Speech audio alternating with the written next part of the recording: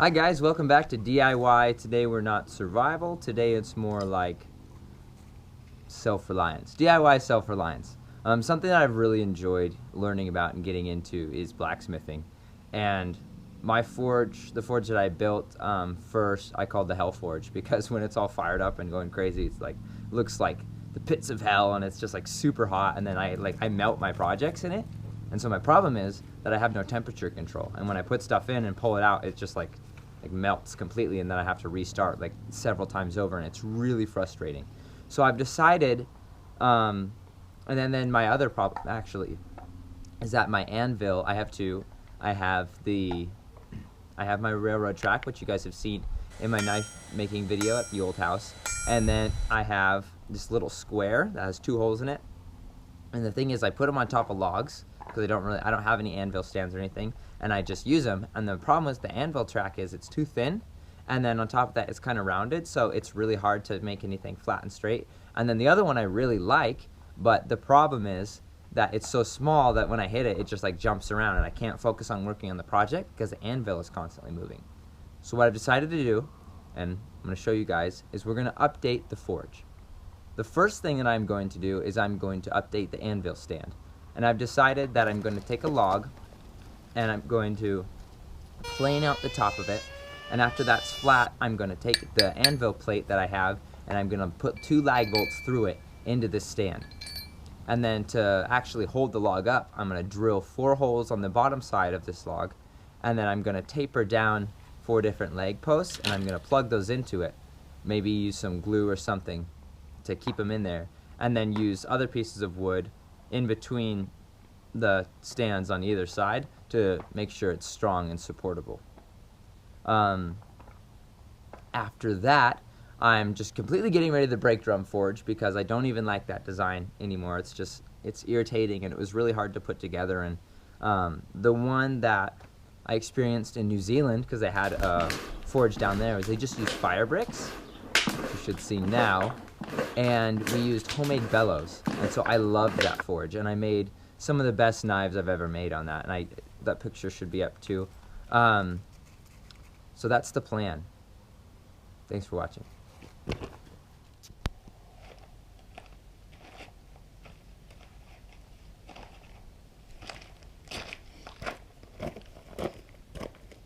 So that planer did a mighty fine job. It made loads of this shaved wood. Like, this is gonna be crazy for fire starting. And then you can just take a look at that. It's all smooth and beautiful, exactly what I was going for. So now I'll be able to just slap that plate on there after I get the legs set up and lag it in. But I'm gonna save that for the last step. What I'm gonna do next is I'm gonna drill holes. I gotta go buy a drill, so it's gonna have to happen another day. And then I'm gonna taper those 4 pieces down. I'm gonna plug them in, and then that's gonna be a stand, and then I can put the anvil in, and that'll be it.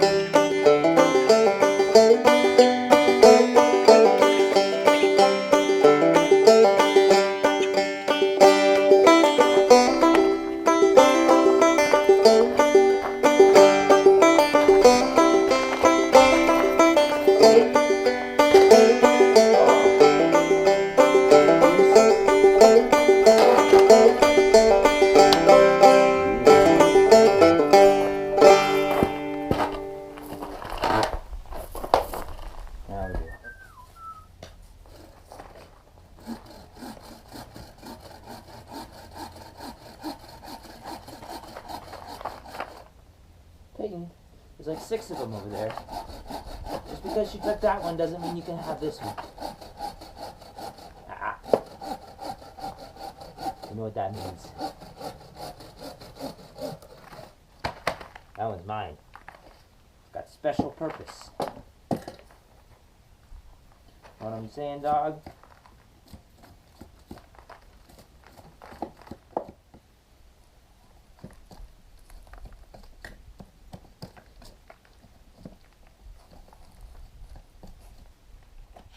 So what my problem is all these funny little hairs.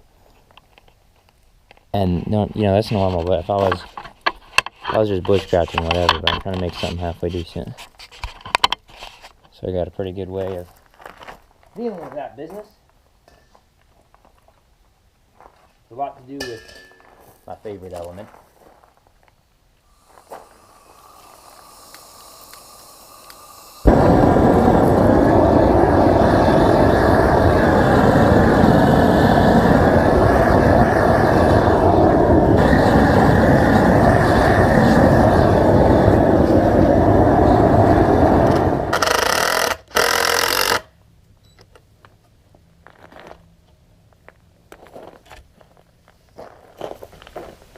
So I got those legs on now, pretty solid. I'm really excited about this. I like that these are all blackened, and so I'm going to take my blow fire magical thing, and I'm going to blacken this, and then we'll lag in the anvil, and it'll be done. So, exciting!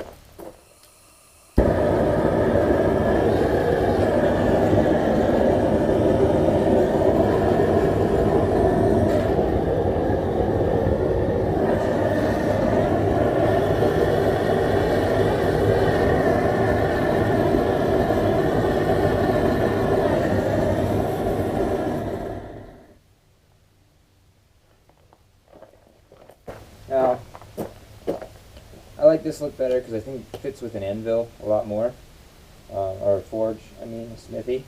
The thing's kind of hot and burning and just kind of gets it in my mind. Maybe a little cold. Yeah, I really like the way that looks. There's only one thing left to do now, so let's do it. Put my bolts away.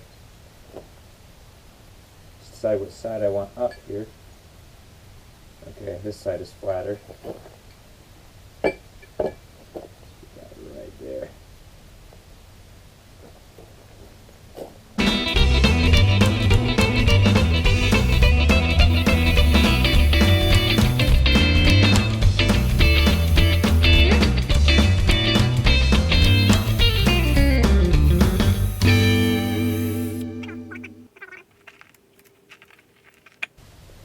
You know what I realized though? I realized that I could cut a hardy hole in this, which is a 1 inch by 1 inch hole that you use to insert tools, and then the tools give you the ability to add like something else. And also, I could insert like a trailer hitch right here, so I'd have something to round on. Like this can really work, I think. Ooh, where's the wrench?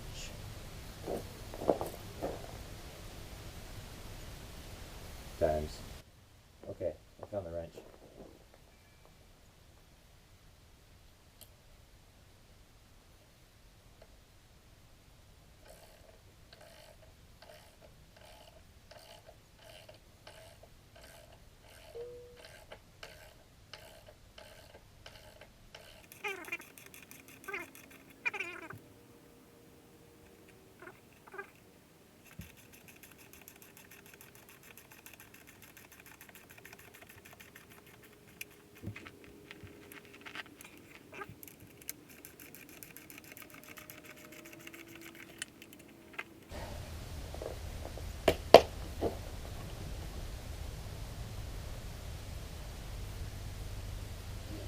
Okay, I know that these are annoying, but to actually have an anvil that's not going to jump on me, it doesn't even matter. Plus, I'm just starting. This totally works for me. Yeah, man. I think we cut a hardy hole in right here with that chisel I was using for these. I think I could put a trailer hitch in on this side somehow. Just find a way to plug it in, and this could really actually become a thing for noobs to do. So this is my finished anvil stand, and I'm so excited. I can't wait to start working on a new project. I really want to make a tomahawk, and if I can learn how to forge weld, I will get that on, and I will show you guys how I end up making one. Or if I don't, you'll see knives being made on this bad boy. It's like solid. Like stand on. So I'm happy with this. I will be doing a part 2 video because I still need to upgrade the forge itself and build bellows. The forge itself is pretty much done, but I just need to show you guys. And the bellows I need to build, so that will be the majority of part 2. Thanks for watching, guys, and I hope to see you next time.